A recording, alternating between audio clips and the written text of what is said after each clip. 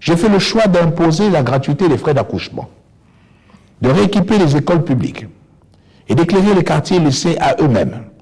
Et pour financer ces mesures, j'ai demandé à ce que l'on paie seulement les salaires des fonctionnaires qui travaillent réellement et sont présents à leur poste, et de supprimer les doubles salaires et les avantages indus. J'assume totalement cette position. Certains de mes détracteurs m'ont accusé de folie. Folie d'engager ces réformes à quelques mois d'un scrutin électoral. Ils ne sont pas le chef de l'État et ils n'assument pas mes responsabilités. Je dois répondre du bien-être de tous mes concitoyens. Et je suis prêt pour cela, à endosser la responsabilité de réformes parfois impopulaires, mais que j'estime nécessaires à notre bien collectif. Je serai jugé par vous et par l'histoire. J'entends avec les Gabonais de bonne volonté qui partagent ma vision de notre avenir collectif, préserver les acquis de notre héritage national, engager les ruptures indispensables qui garantiront le maintien et le développement de notre rang dans l'espace mondial et écrire de nouvelles pages glorieuses dans notre histoire nationale. Mes chers compatriotes, le Gabon est engagé résolument sur la voie de la réforme. Un mouvement d'une ampleur inédite qui nous guide vers un tout autre chemin. C'est pour cela que je parle de rupture. Mais cette rupture n'est pas simplement l'accumulation de réformes, fussent-elles profitables. C'est surtout une révolution des pratiques. La bataille contre le gaspillage qui doit cesser, la lutte contre la corruption que je compte éradiquer, le combat contre la mauvaise gouvernance que j'entends stopper. C'est également une transformation des mentalités. La fin de la culture du tout m'est dû, le recul d'un certain penchant pour l'oisiveté, la disparition de la culture du tout fonction publique ou encore celle du tout attendre de l'État. Lutter contre ces fléaux est fondamental. Car, mis bout à bout, ils tirent notre pays vers le bas et nous entraînent vers l'abîme. Or, comme le disait feu son Excellence le président Omar Bongo Ondimba, nous n'avons pas le droit de faire du Gabon ce que nous sommes en train de faire. Alors, Gabonaises, Gabonais, mes chers compatriotes, réveillons-nous. C'est cette prise de conscience qui est à l'origine de la mise en œuvre des mesures initiées depuis le début de l'année. À commencer par le retour à une gestion rigoureuse, une réforme indispensable, mais qui se heurte à certains corporatismes, à certains archaïsmes. Prenez le débat sur la mise sous bon de caisse des agents publics. Une réforme en apparence technique, mais en réalité, une véritable rupture, car elle doit pour la première fois au Gabon nous amener à vérifier que ceux qui perçoivent une rémunération sont réellement au travail, au service des Gabonaises et des Gabonais. Même chose avec les fiches de présence mises en place progressivement qui doivent nous aider à réduire considérablement l'absentéisme au sein de notre administration publique. Eh bien, pour certains, une infime minorité. Ces décisions qui sont bonnes pour les Gabonaises et les Gabonais, nous ne devrions pas les appliquer. Au moment où, légitimement, les Gabonais se plaignent du manque d'efficacité de leurs services publics, on refuserait les efforts qui permettraient d'améliorer la performance de ces services publics. Ces blocages, signe d'un conservatisme, fût-il le fait d'une minorité, sont d'autant plus injustifiables qu'ils visent d'une part à défendre les intérêts de quelques-uns au détriment du plus grand nombre. Ils sont le fait de ceux qui, ayant manifestement la mémoire courte, ont bénéficié d'une augmentation de près de 30% de leur rémunération pour certains. Mais depuis, y a-t-il eu amélioration de la qualité du service public, alors que les agents de l'État ont été fortement augmentés? Hélas, chacun peut constater que non. Prenons le cas des médecins fonctionnaires. Pourquoi font-ils grève? Pour l'amélioration du service au sein de l'hôpital? Pour une meilleure prise en charge des patients? Est-ce pour les Gabonais qui bloquent le fonctionnement de l'hôpital ou pour leur intérêt? Est-ce pour les Gabonais que certains médecins détournent le matériel et les médicaments pour les revendre au prix fort dans les cliniques privées dans lesquelles ils sont souvent actionnaires? Et pourtant, on n'a jamais construit autant d'hôpitaux de dernière génération que depuis 2009. En ce qui concerne certains de nos magistrats, observe-t-on une plus grande célérité dans le traitement des dossiers des justiciables depuis qu'eux aussi ont bénéficié d'une revalorisation salariale? Ne nous voilons pas la face. Chacun en réalité connaît la réponse. Ceux qui se posent aujourd'hui en victimes, ou mieux, en défenseurs du service public, en sont en réalité les bourreaux. Cela voudrait que rien ne change, car, pensent-ils, il n'en va pas de leur intérêt. Mais l'intérêt général, l'intérêt des Gabonaises et des Gabonais, s'en soucie-t-il? Ici aussi, chacun connaît la réponse. Les Gabonais doivent se lever contre cela, contre ces réflexes corporatistes qui les privent d'une vie quotidienne normale et d'un meilleur avenir. Mes chers compatriotes, la rupture pragmatique que j'appelle de mes vœux et qui ne pourra être menée sans votre appui résolu et déterminé, c'est une lutte qui oppose deux camps. D'un côté, les privilégiés et actionnaires du statu quo, et de l'autre, les partisans du progrès. En ce qui me concerne, j'ai choisi mon camp. Gouverner, c'est prévoir, dit-on. Gouverner, c'est tenir un langage de vérité, dénoncer ce qui ne fonctionne pas et prendre ses responsabilités pour y remédier. Nous ne pouvons pas continuer à dépenser plus que ce que nous gagnons. Nous ne pouvons pas laisser la masse salariale de l'État sans cesse augmenter. Sinon, quoi? Est-ce nos enfants qui paieront? Car le fardeau de la dette, il faudra bien le supporter. Et si on ne rembourse pas cette dette, un jour nos partenaires qui nous accordent leur confiance risqueraient de nous la retirer. Voilà la réalité. Le plan d'optimisation des finances publiques était donc nécessaire, indispensable.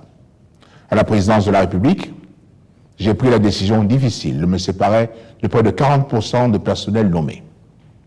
Pour beaucoup d'entre eux, des collaborateurs de grande valeur, à l'expérience et la fidélité reconnues, et pour certains qui brillaient par leur absentéisme tout en conservant leur rémunération. Il en va de même pour le gouvernement et l'administration centrale. La réduction du train de vie de l'État touche donc d'abord le sommet de l'État. Et c'est ça l'exemplarité. C'est ça la justice. C'est ça l'équité. Ceux qui ont le plus contribuent le plus. A contrario, aucun, je dis bien, aucun agent de l'État percevant moins de 650 000 francs CFA ne sera mis en contribution.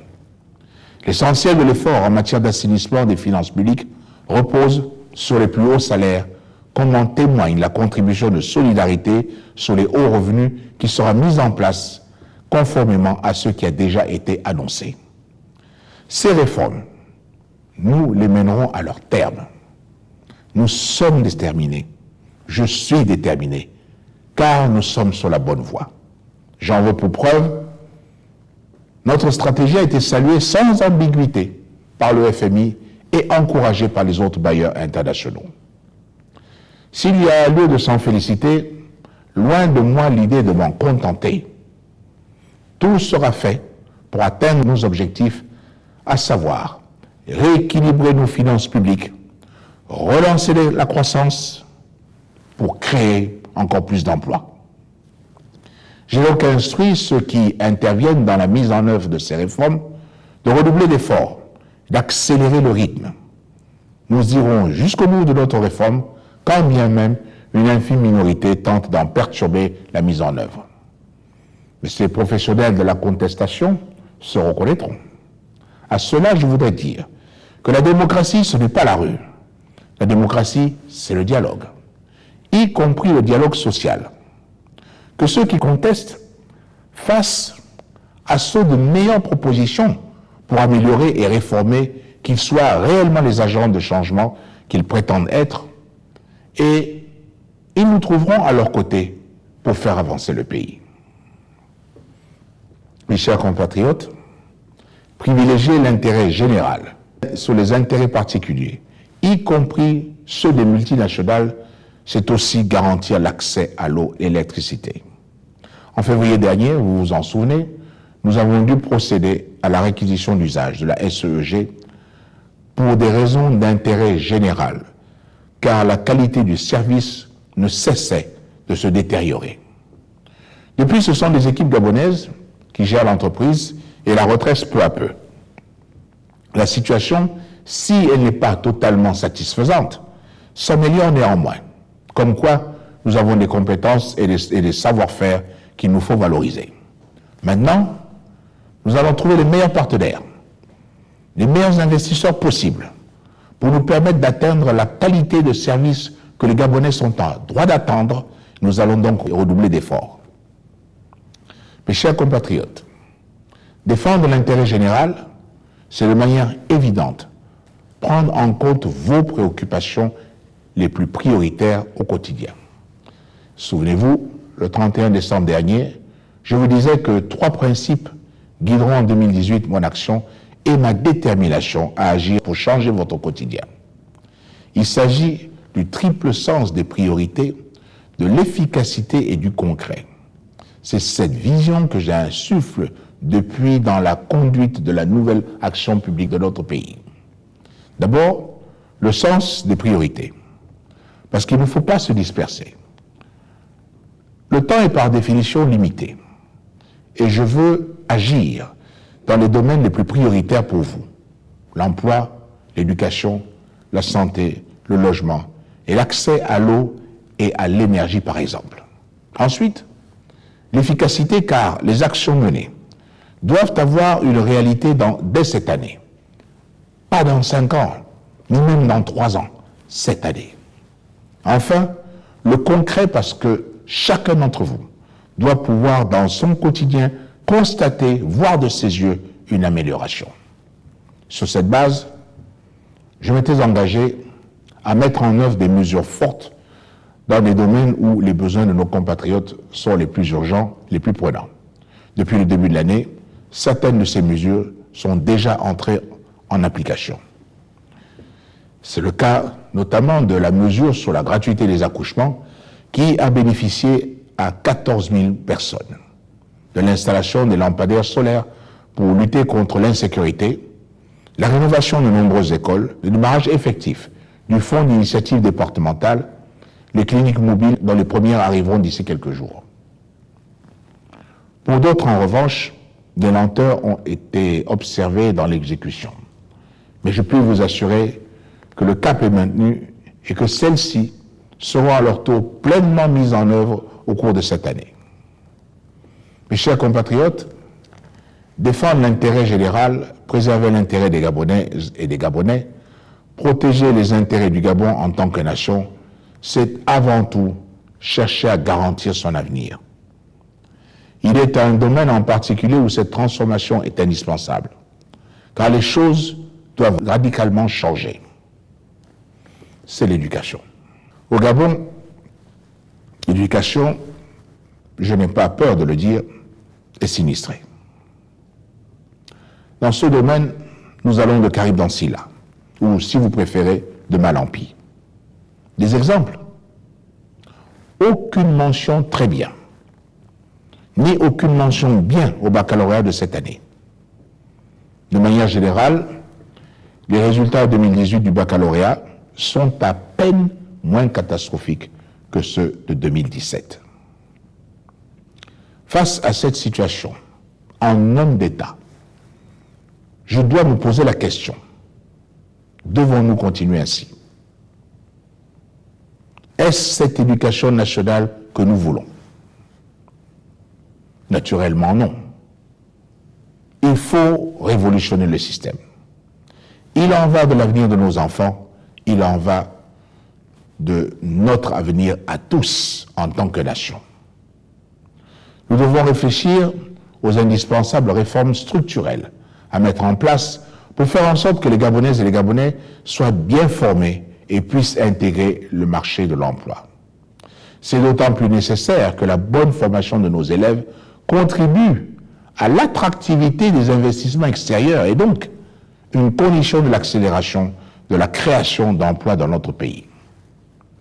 L'éducation du primaire au supérieur, en passant par la formation professionnelle, constitue une priorité vitale pour notre pays. Au passage, posons-nous directement la question de l'efficacité actuelle du système des bourses. Des sommes considérables y ont été investies, avec des résultats plus que médiocres au fil des années. Rendez-vous compte, c'est plus de 600 milliards de francs CFA qui ont été dépensés entre 2012 et 2018 pour 800 000 bourses distribuées. Et pour quel résultat? Non seulement le Gabon est l'un des pays en Afrique qui dépense le plus pour ses étudiants boursiers sans que les résultats ne soient au rendez-vous, mais en plus, l'orientation pose problème. 70% des bourses sont octroyées dans des filières littéraires ou dans les humanités. Alors que nous avons davantage besoin de former des jeunes Gabonais dans des filières techniques, professionnelles ou scientifiques pour renforcer l'adéquation entre l'offre de formation et les besoins sur le marché de l'emploi. Face à ce constat, chaque Gabonaise, chaque Gabonais se rend bien compte que la priorité n'est plus aux revendications salariales dans l'éducation nationale.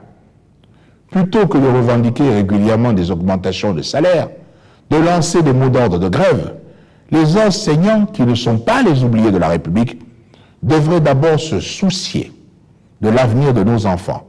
Ils devraient se demander de quoi nous avons besoin pour mieux éduquer la jeunesse gabonaise, pour mieux la former et pour lui donner les compétences nécessaires pour occuper les emplois d'aujourd'hui et de demain. Notre système éducatif est en panne. Nous devons le réformer. J'appelle ici, comme ailleurs, à une transformation en profondeur, car tout doit être remis à plat. Des mesures fortes et immédiates seront prises. Tout d'abord, une réforme des conditions d'obtention de la bourse.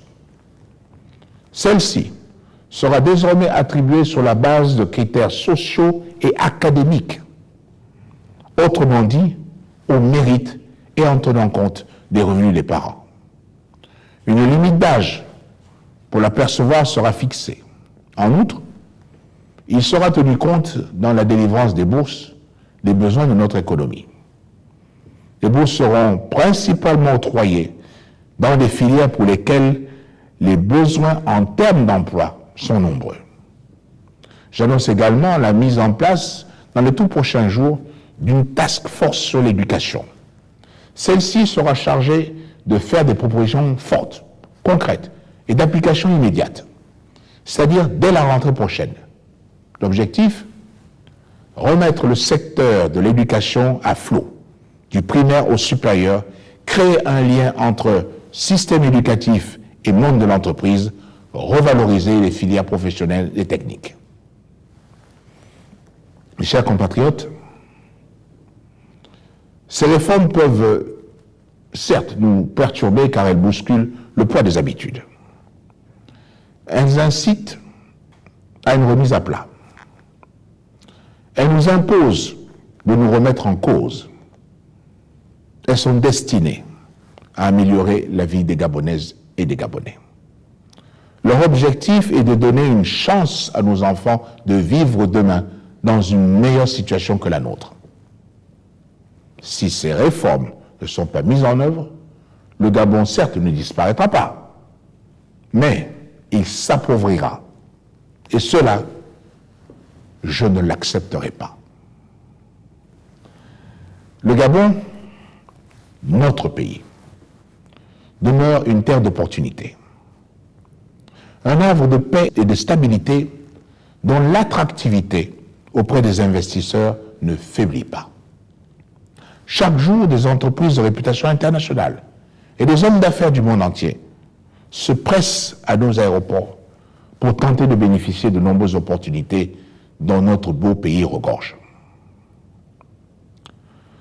Ce sont là de formidables motifs d'enthousiasme et de fierté qui doivent inciter les Gabonais à faire plus et surtout mieux pour notre pays. Rejoignez le camp de la réforme.